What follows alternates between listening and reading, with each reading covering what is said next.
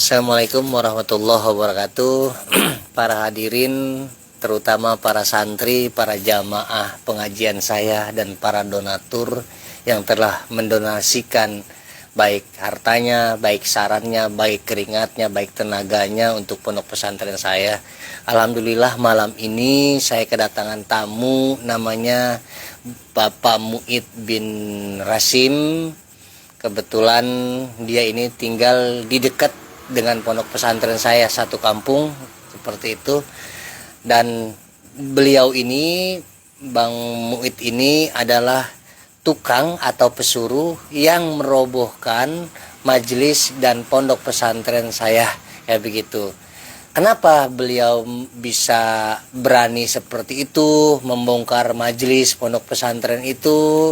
Karena yang nomor satunya nanti kita akan tanya ke beliau, kenapa alasannya beliau berani membongkar majelis dan ataupun asrama ataupun kobong di pondok pesantren saya itu. Baik, saya mau tanya dulu untuk ini benar yang namanya Bang Muid ya? Iya. Ya, Bang Muid ini di sana itu sebagai apa? Sebagai tukang atau sebagai orang biasa? Orang biasa. Maksudnya untuk membongkar pesantren, betul? Pak Muid itu membongkar pondok pesantren? Betul. Ya. Sama majelis sama kobong, seperti pokoknya di satu pesantren aja yang ngebongkar. Nah, oke, saya mau tanya, kejadian itu pagi, siang, ataupun sore, ataupun malam? Pagi. Mulai pagi. Seberapa lama dibongkarnya? Oh, sehari. Satu hari. Jadi majelis pondok pesantren itu dibongkar selama 1 hari. Oke, saya mau tanyakan yang kedua adalah siapa saja Bang Muid yang ada di sekitar situ ataupun orang yang membongkar majelis pondok pesantren tersebut. Tolong jelaskan secara jujur siapa saja orangnya. Yang pertama Bang Muid bin Rasim, yang kedua siapa? Marlin. Marlin, panggilannya siapa? Gandok. Gandok. Anaknya siapa? Anak Lurah Wajat. Anak Lurah Wajat. Yang ketiga siapa? Yang ketiga Semi. Semi. Emang panggilannya Semi ya? Anak siapa? Saud. Anak Saud. Yang keempat siapa? Buce. Buce. Nama aslinya Abdul Manap ya kalau nggak salah ya? Ya. Bapaknya siapa? Bin siapa? Bin Banjir. Bin Banjir. Terus yang kelima siapa? Entas. Entas bap orang tuanya siapa? Kapang. Ya, Entas Kapang ya. Kapang. Ya, terus yang kelima, yang keenam siapa? Gareng. Gareng. Jadi itu tadi sama Gareng. Cukup itu aja dulu ya. Itu aja. Jadi yang pertama yang membongkar pondok pesantren dan majelis serta asrama itu yang Muid bin Rasim. Ini dia kebetulan dia tukangnya. Yang kedua adalah Marlin ataupun nama aslinya Sumarlin, panggilannya Gandok, anaknya mantan Lurah Wajat, Desa Pekayon, Kecamatan Sukadiri, Kabupaten Tangerang. Yang ketiga adalah Semi bin Saud. Yang keempat adalah Buce ataupun nama aslinya Abdul Manap bin Banjir. Yang kelima adalah Entas Kapang. Yang keenam adalah Gareng Kapang juga. Itu ya, betul? Ya, itu. Sekarang saya mau tanyakan lagi. Yang pertama menghubungi Bang Muid untuk membongkar pondok pesantren ataupun asrama itu siapa? Bapak Marlin. Marlin yang panggilannya Gandok itu ya? Gandok. Anaknya Wajat itu. Oke. Saya. Apakah Bang Muid ini tahu untuk membongkar pondok pesantren itu atau tidak? Enggak. Enggak tahu membongkar pesantren. Enggak tahu. Nah, oke. Tidak tahu membongkar pondok pesantren. Setelah Bang Muid datang ke tempat lokasi TKP, ternyata yang dibongkar pondok pesantren bagaimana? Ininya. Kaget. Nah, akhirnya bagaimana tuh setelah kaget begitu? Menolak atau ya terusin aja? Pertamanya gimana? Ya tadinya masih nolak. Iya. Terus ya udah, namanya kita kan lagi butuh gitu ya. Ya. Udah terpaksa saya bongkar. Oh, dibongkar. Jadi karena Bang Muid ini butuh dan ada ajakan biasa atau ajakan yang emang menekan? Biasa. Ajakan biasa dari siapa? Dari Dari Marlin itu. Marlin itu dari Podol. Dari itu Podol. Podol itu yang si Wandi itu ya. Wandi, yang ya. apa namanya yang sekarang di penjara. Di penjara. Kenapa di penjara? Enggak tahu Karena udah.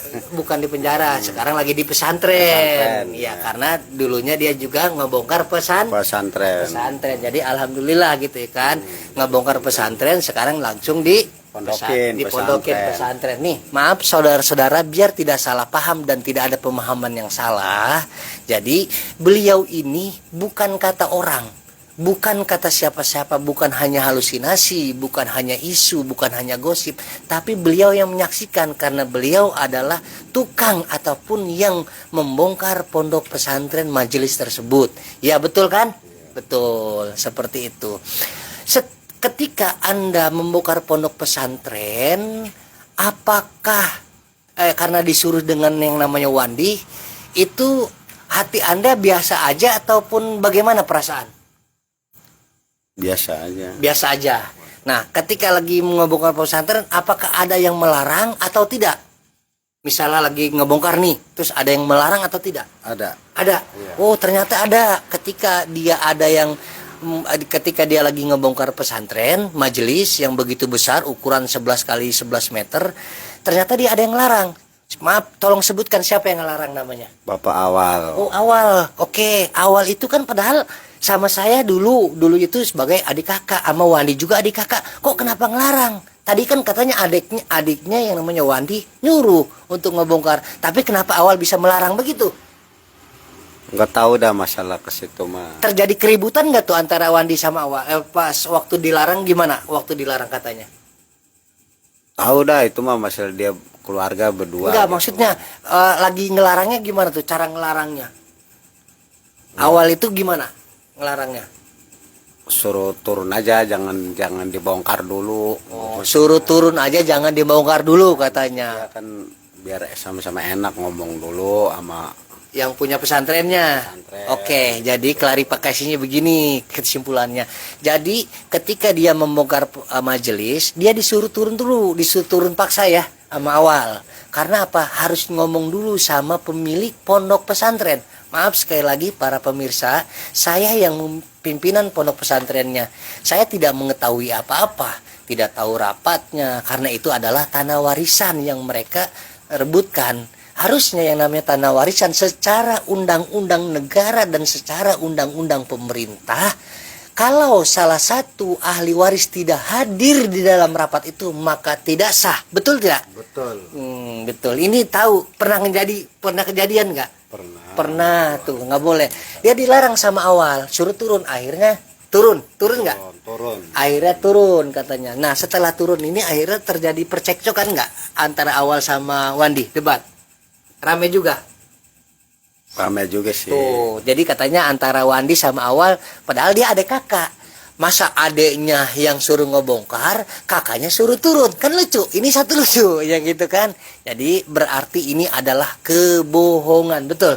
Berarti merasa dijebak nggak Anda? Merasa dibohongin nggak bahwa tanah itu katanya sudah dibeli? Merasa dibohongin nggak?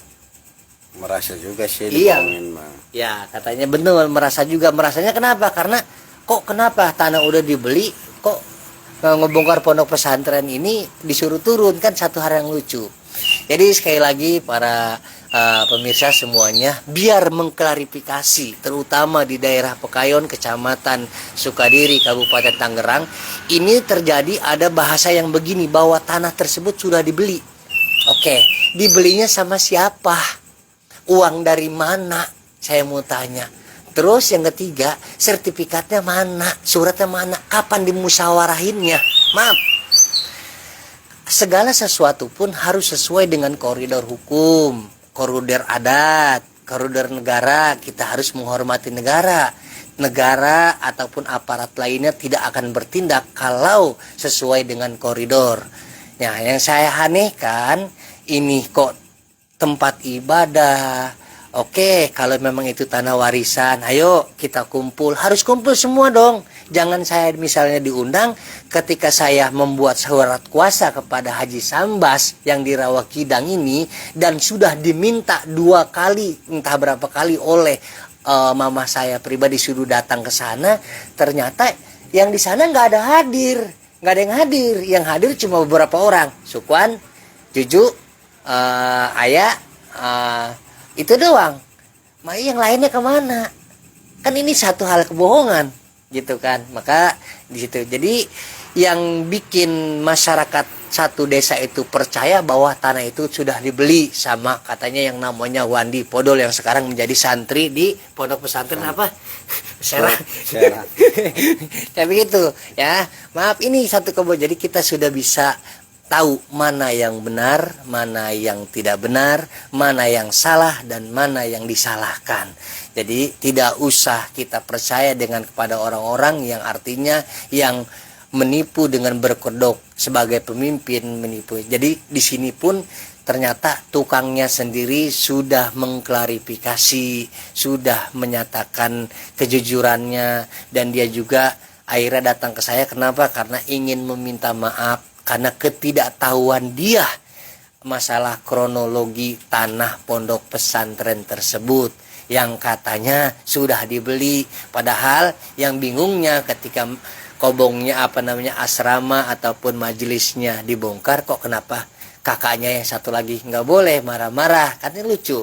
Kalau sudah dibeli ngapain dimarah-marah ya, diperdebatin kayak begitu.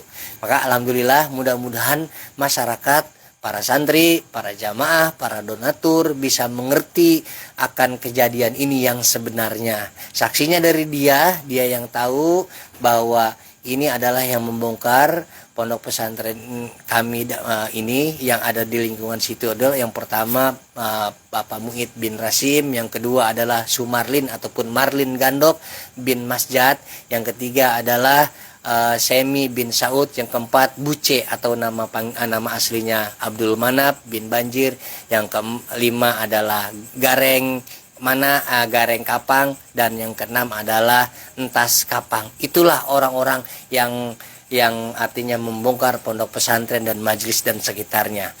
Oke, buat secara manusiawi, buat saya Bang ya, karena abang udah meminta maaf, saya maafkan dosanya. Tapi secara hukum Allah, karena ini masalah belum selesai, mohon maaf untuk disaksikan oleh semuanya.